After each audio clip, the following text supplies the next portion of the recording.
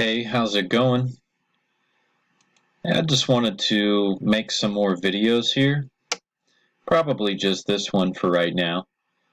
Because I was thinking about, some of the videos I made yesterday, and I thought it would be good to talk a little bit more about, like, the tribulation and just some other aspects about, like, the spirit and stuff like that. So, let's kind of jump into it here real quick. One of the first ones here, so that we can understand the tribulation in alignment with the Spirit, one of the great verses to look at is Revelation 7:13. And if we start up around like verse 9, actually, he talks about there's a great multitude that no one could number. And these are all nations, tribes, people. And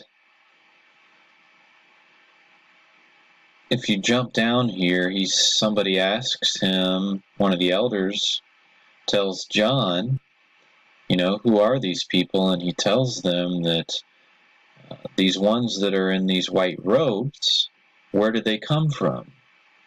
And the elder says, these are the ones who came out of the great tribulation and washed their robes and made them white in the blood of the Lamb.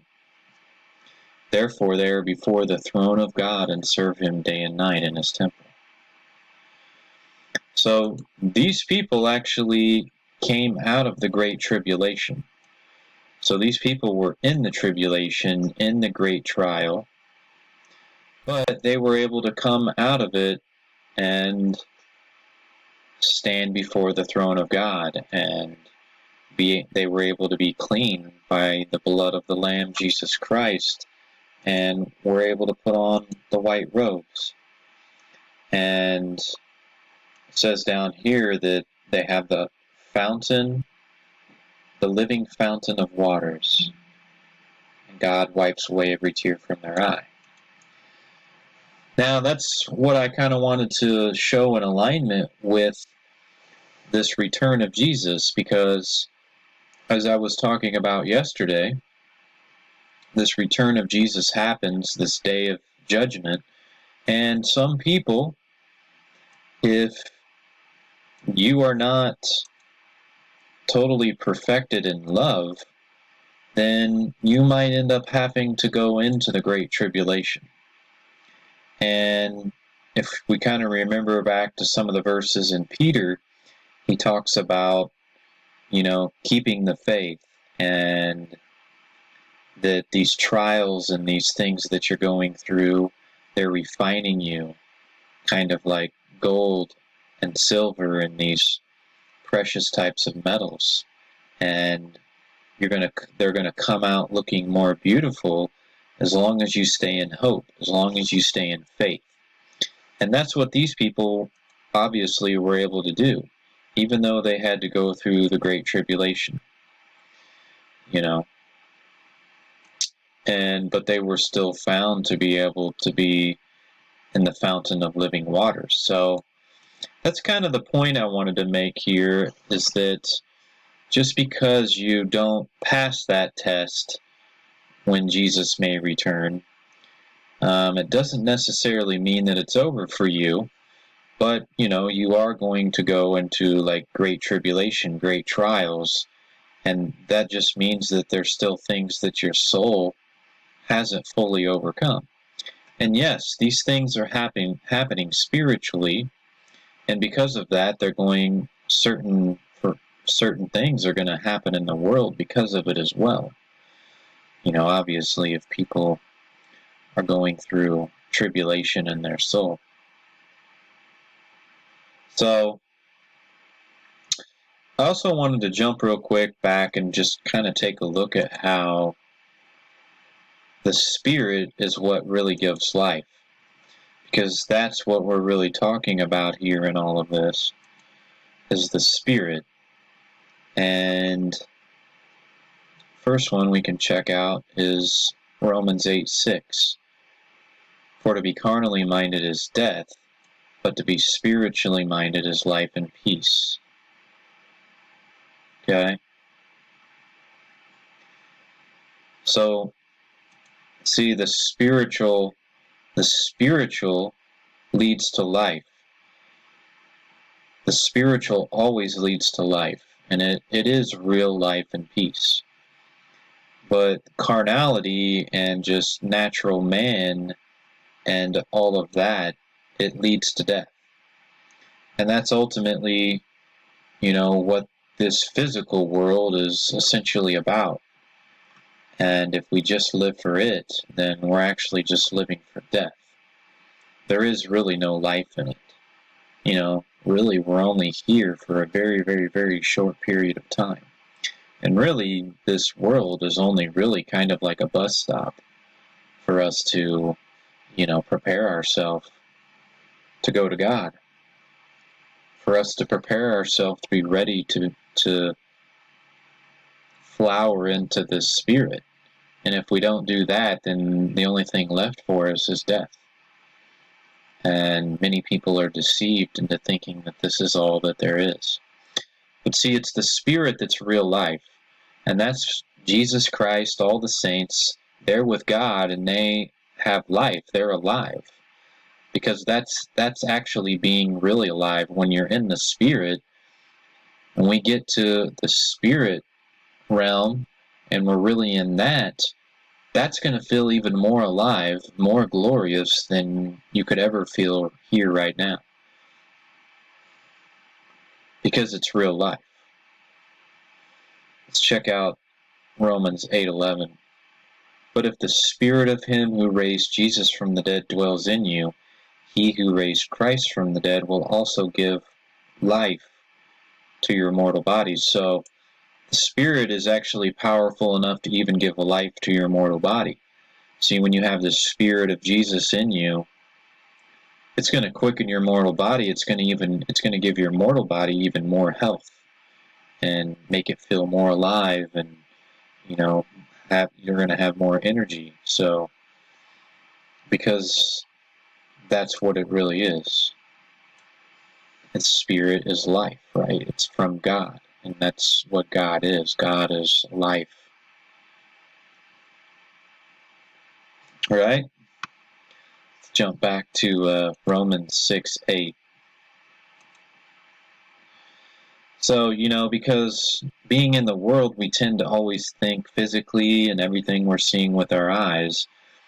And we sometimes forget that a lot of these things that the Bible is saying, but that really what the Spirit is that it's real life. The things of this world and the carnality of this world isn't real life. I mean, it may feel like it at times.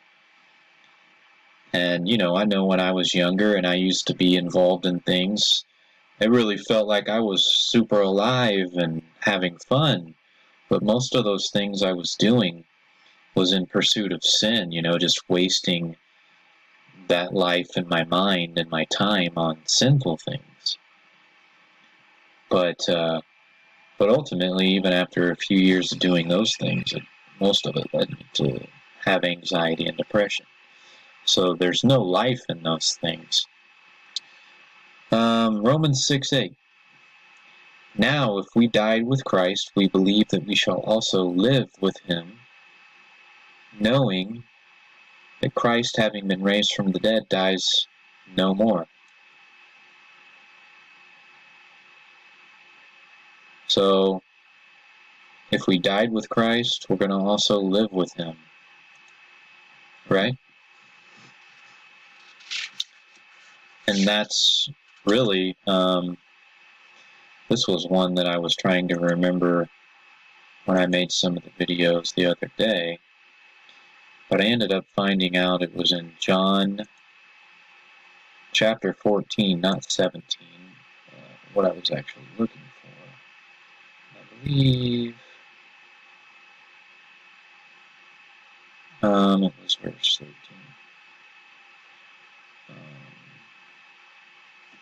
Actually, verse 19.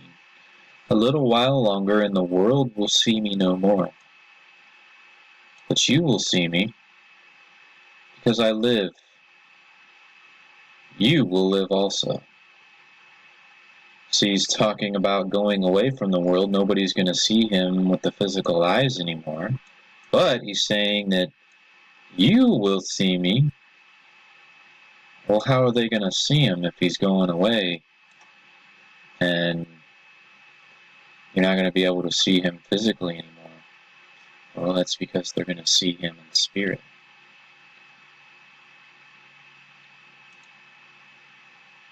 Because I live, you will live also. So, to Jesus, real living is going back to the Father and being with him. That's living, is what Jesus is saying right here, right? To be in the Spirit.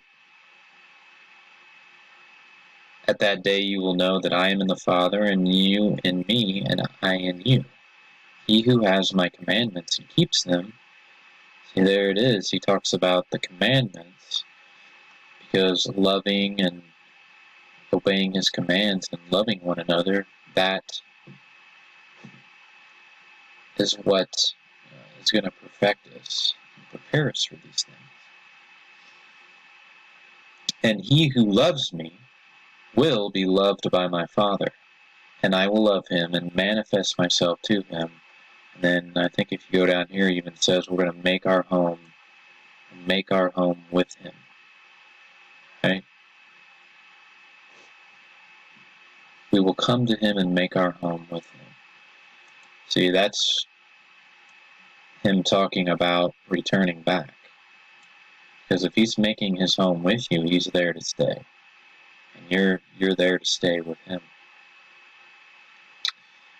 So, let's jump to John 6, and then I think we'll be good here. John 6, and maybe go to John 4 as well.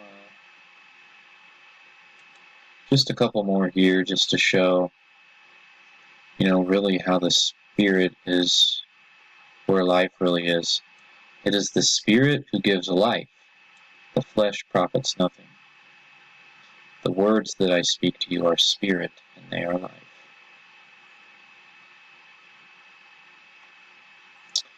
And then John 4, that'll be the last one here. We can check out on this. And then we'll get back into talking about the tribulation stuff here real quick.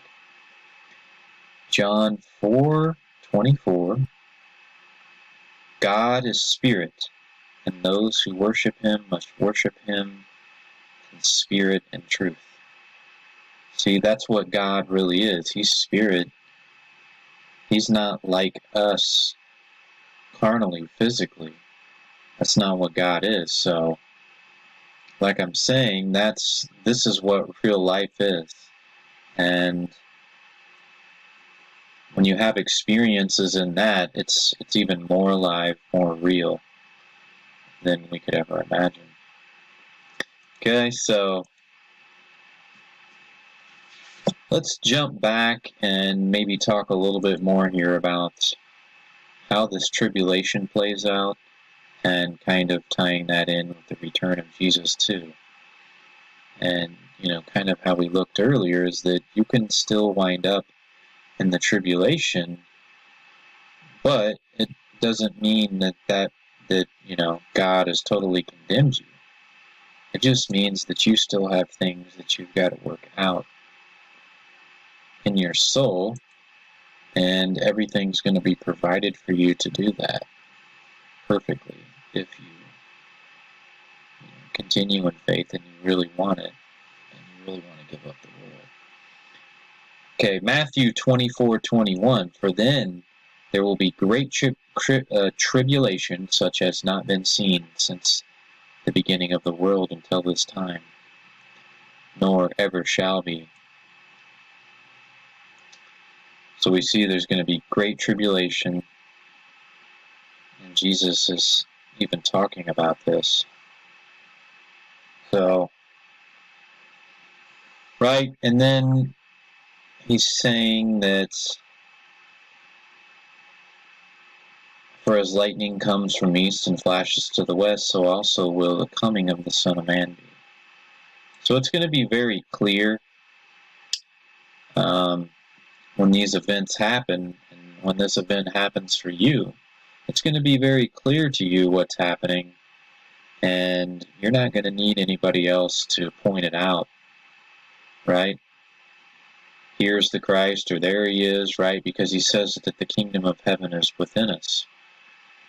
And like I said, because this is the tribulation, the coming of Christ, and even the tribulation and all of these things, these are spiritual things in nature, so that we can be perfected.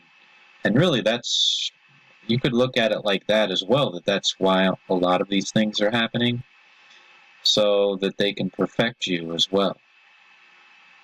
And sometimes, and I had to go through tribulation in my experience, and sometimes, like, that's why it's there, because sometimes we need to be shaken. Thinking of some of the verses in like Hebrews 13, he talks about like a shaking, and that shaking can be a good thing if it wakes us up.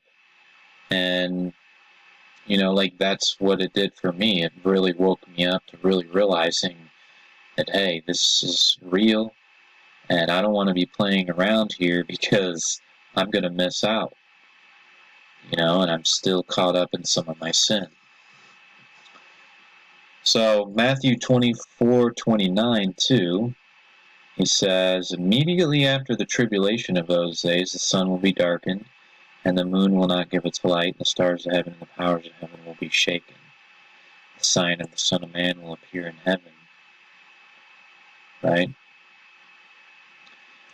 And the Son of Man will be coming on the clouds of heaven with power and glory. See, and it's using some of these words, and, you know, some people have this idea that, like, he's coming on the clouds, but like actual, like, clouds that you would look out your window, look in the sky and see. But you can do like a word study on this, and when he's talking about clouds, he's talking about coming. There's a verse in Hebrews 12 that talks about the cloud, great cloud of witnesses. And these are like all of the saints and all of these people who are alive. And that's why, you know, in the spirit, you're alive. So these people are all still alive with God. Jesus Christ, the saints, all of these people. And he's returning back in power with these clouds of witnesses and the elect. And all of these people are coming with him in this glory, like in this event that's spiritually happening. So, you know, you're going to see some of these things, like I said, and you'll understand exactly what's going on.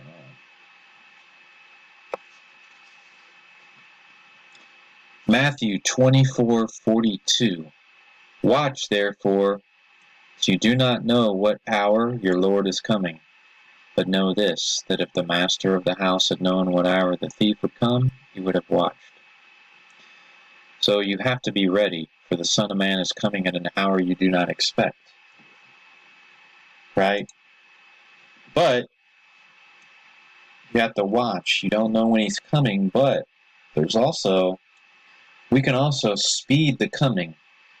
And maybe I could actually go straight to that one, because I think that's all really that I have to show here in Matthew here.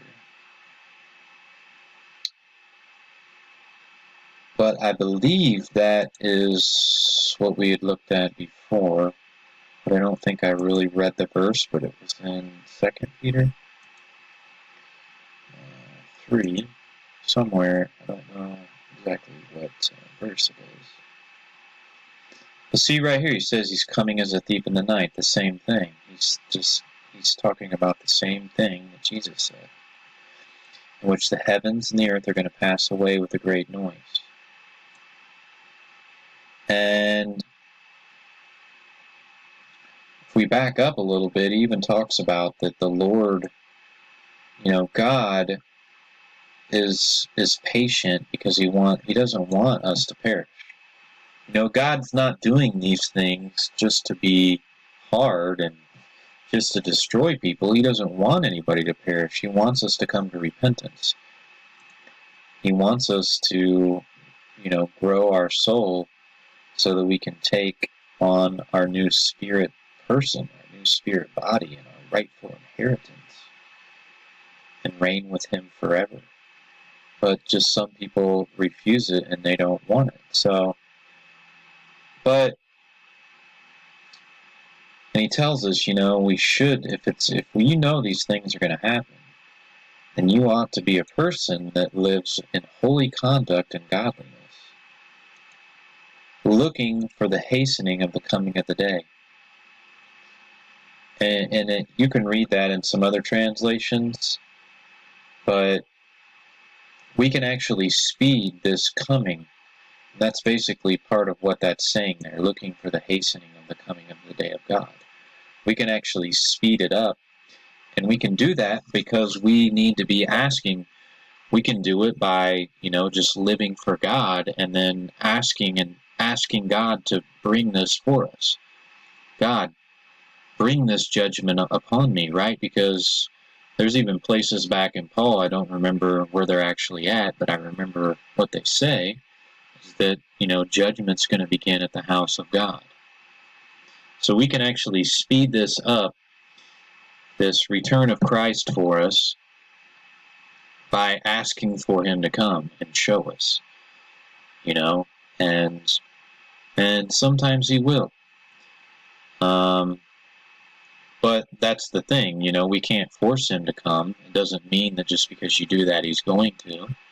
But, if you're ready and the time is right and God feels that it is, and sometimes you might not even be asking. I know when it happened, when my experience happened, I was in a place of where I was seeking God and like really in a place where I was, praying and doing things for like hours a day, more than I'd ever been. And then this experience kind of came upon me. And I wasn't even necessarily really asking for it, but somehow, I guess I was asking to see God, but, I didn't really understand this stuff the way that I'm teaching you now. But after the experience that I have, and then the tribulation that I went through for a couple of years, where I felt like I was dying, and I thought, I was going to die, like, in the midst of all of it happening. But yeah, God put me in the tribulation, but I was able to come out, and now, just through dreams and other visions that I've asked God to give me to kind of show me where I'm at now, I feel pretty confident that, I am going to be in that place, like the verse we first read, where, I'm going to be able to wear that white robe and have that on and stand before the throne of God. And that's not because of my own righteousness, it's because, I've been dying to myself and giving up my sins more and really wanting that.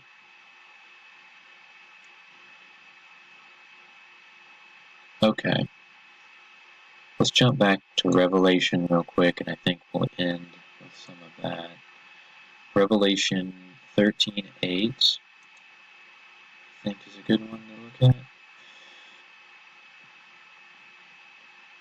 All who dwell on the earth will worship him, whose names have not been written in the book of life, the Lamb slain from the foundation of the world.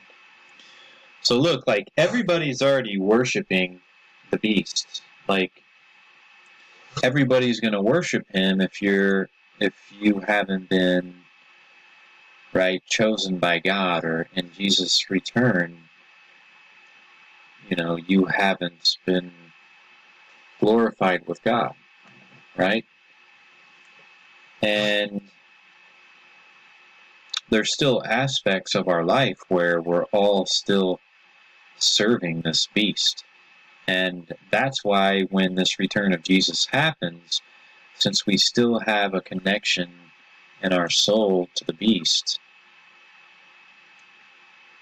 that it can feel like, it will feel like tribulation, and you'll feel fear, because that, like I was saying before, it's like that light of God comes and it destroys, it's destroying that evil. And the light of God actually, it's so pure and so glorious that when you're to the soul, when the soul confronts that, and the soul hasn't totally been grown and perfected, I guess, to a place where it can receive it and understand it, that light of God almost looks like darkness. It's like, just waking up and being in a dark room, and then like pulling open the blinds with opening the door or something, and the sun's kind of shining right through, and it kind of hurts your eyes. Like, it's kind of that same concept, that when your soul is like down in a darker place, that light of God is fearful, and it almost seems like darkness because it can't comprehend it. So all that to say is that, basically that's kind of what's going on there. And these people are already naturally, like, we all at one time have been in with the beast, okay? And all been a part of that. Until we receive like this real life of Jesus Christ, you're automatically already in it, because we're in this body and the carnal mind and all of these things. And that's why we need to obey Jesus and his commands and love, and get rid of the self, and like he says, give up your life, because that's the only way, by the blood of the Lamb and the word of the testimony, that's the only way to overcome this beast and this nature. By the word, because the word gives life, right? Following these commands and doing all of these things, and then it's the power of God that's working in us and perfecting us, and at the same time it's doing these things for other people in the world, and then God is pleased, and God can use us more and more and more, and we're becoming more like him too. Revelation 3, let's check that out. Revelation 3, 10 to 13. Let's see. Because you have kept my command to persevere, I will also keep you from the hour of trial which will come upon the whole world. So he was telling this church, which church was it? To the Philadelphia church.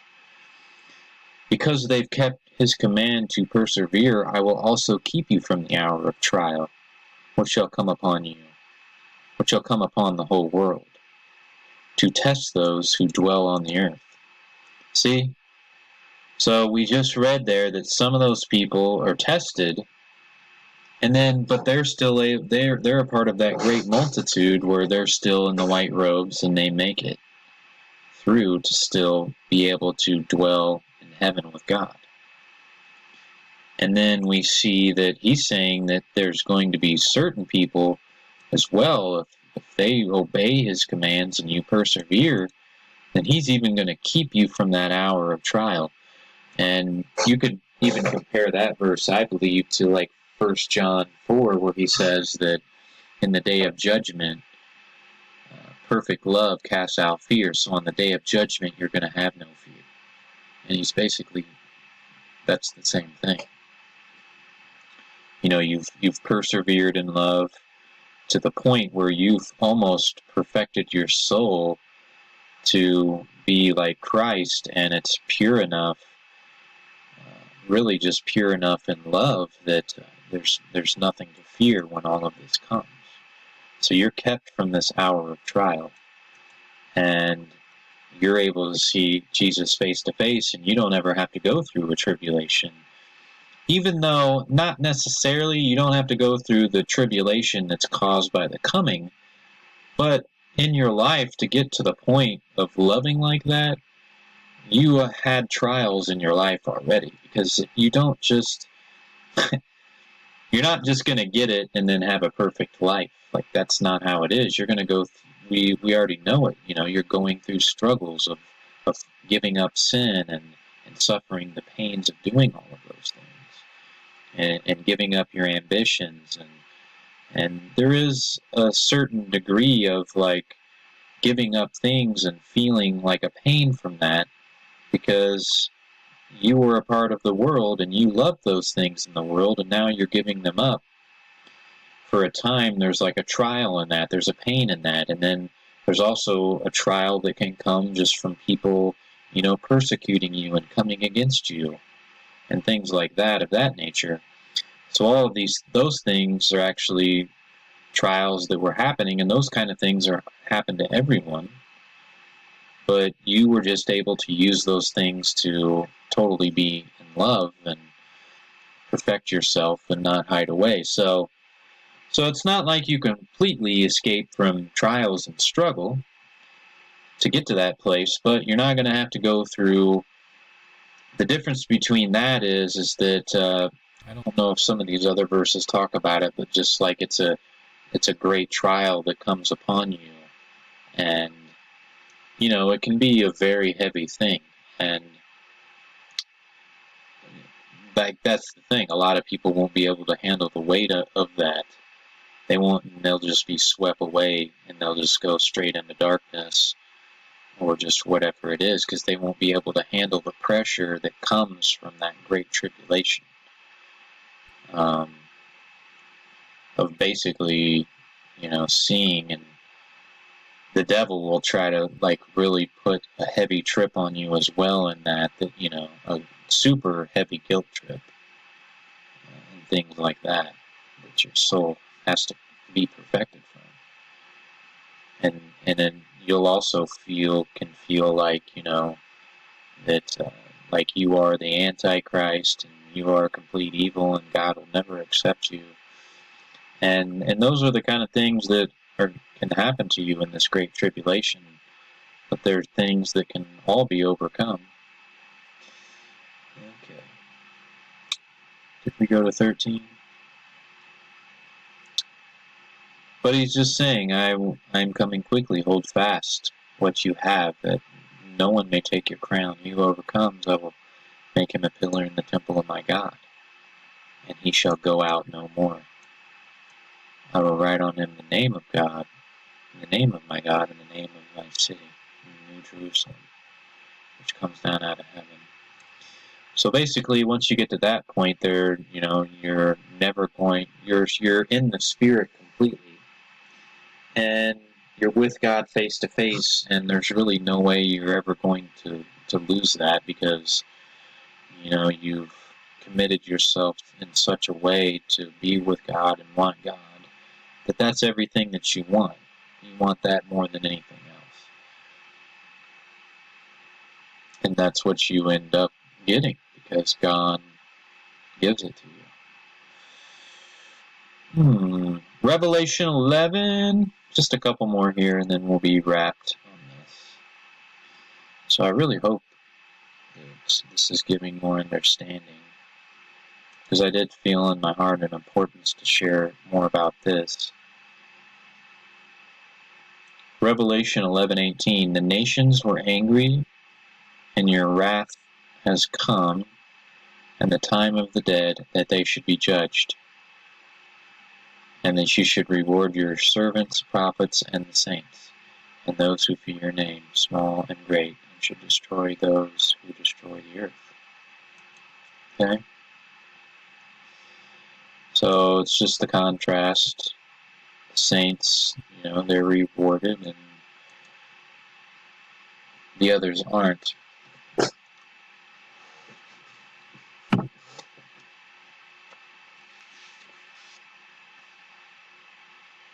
But I did think it was important to point out the other aspect of it is that,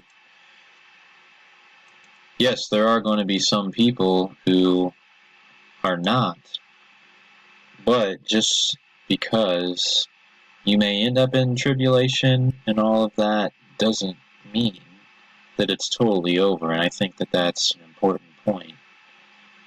And if that's where you end up and have ended up, just don't give up, because God's not totally done with you. And most of what you could be experiencing is just the continual onslaught and pressure to just a super high pressing degree, like you're being pressed with an olive press or something of just the lies and guilt and all that of Satan, the devil. But it's a process of you actually, what's happening is you're just being cleansed out, and the process is then kind of sped up to a lightning speed, I guess you could say. Because that's how it is.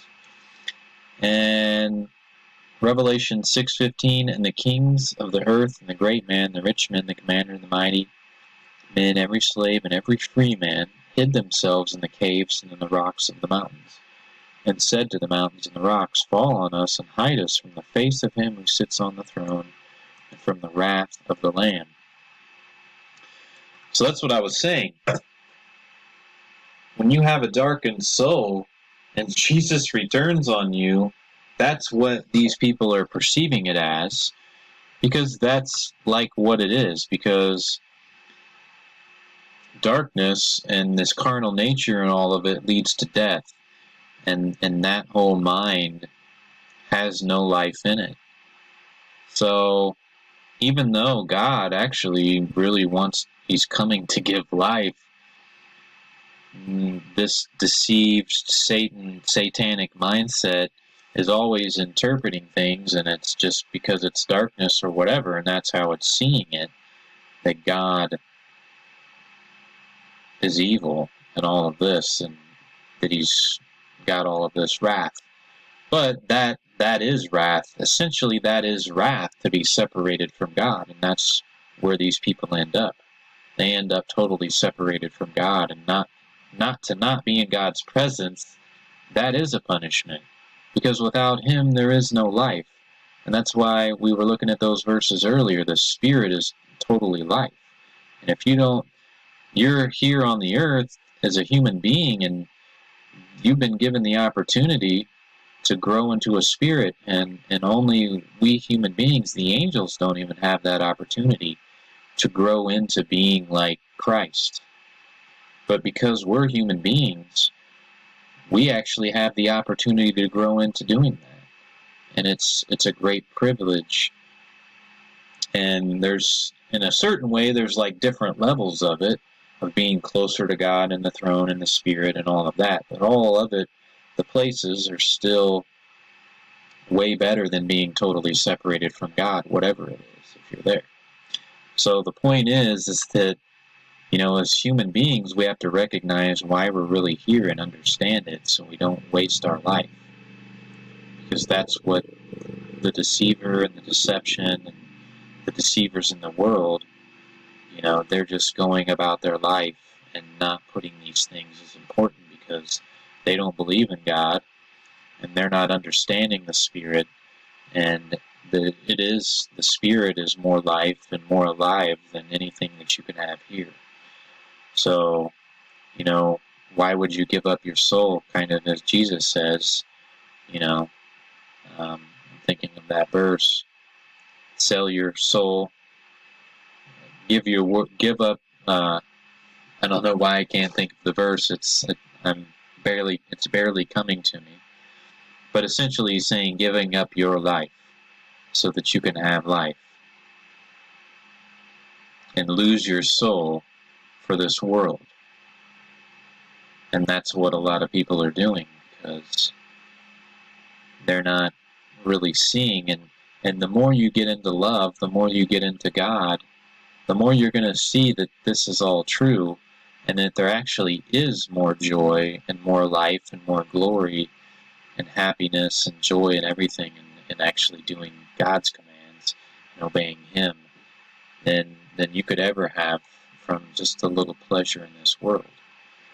So anything you have to give up, anything that you lose, it's all worth it. Ultimately, I don't really look at it as a sacrifice, really, because, I have more joy from giving up those things of the world now. And it's, to me, it's really just about, like, living a simple life. Like, that's what God teaches me when I'm restful and I'm just quiet and I'm with Him, is that's the kind of life, like, that He wants me to live, is just to be simple and to not have a whole lot of stuff. Because in that life, there's actually a lot more happiness than having, like, tons of stuff that you're always worried about and always having to fiddle with and mess around with. Just having some small stuff and simple stuff so that you can live a simple life. And then He showed me how my life can be more devoted to being restful and quiet, just living for Him and not having to worry about things that really just kind of make your life more difficult and take your mind away from God. So, but that's what it is, these people are going to be running from God, and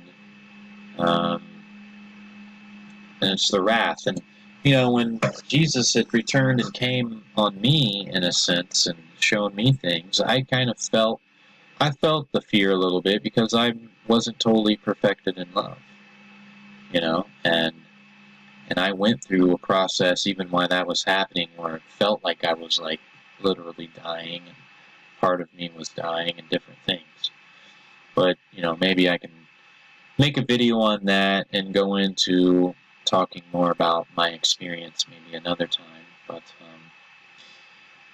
I appreciate you watching, and, just remember that the Spirit is life, and that's where we're really going to have life. It's not in this world. And, even though many of the things just, we're in the physical world, obviously, and there's certain things we have to do, but God's shown us things like fasting and being restful and just being in solitude with Him for periods of time can really get us back in connection with the Spirit, because it's opening us up. Not only is it showing God we're taking action and showing God that we really do love Him and that we're not just speaking things in word only, but it's putting to death, like, the carnal nature, so we're becoming more alive.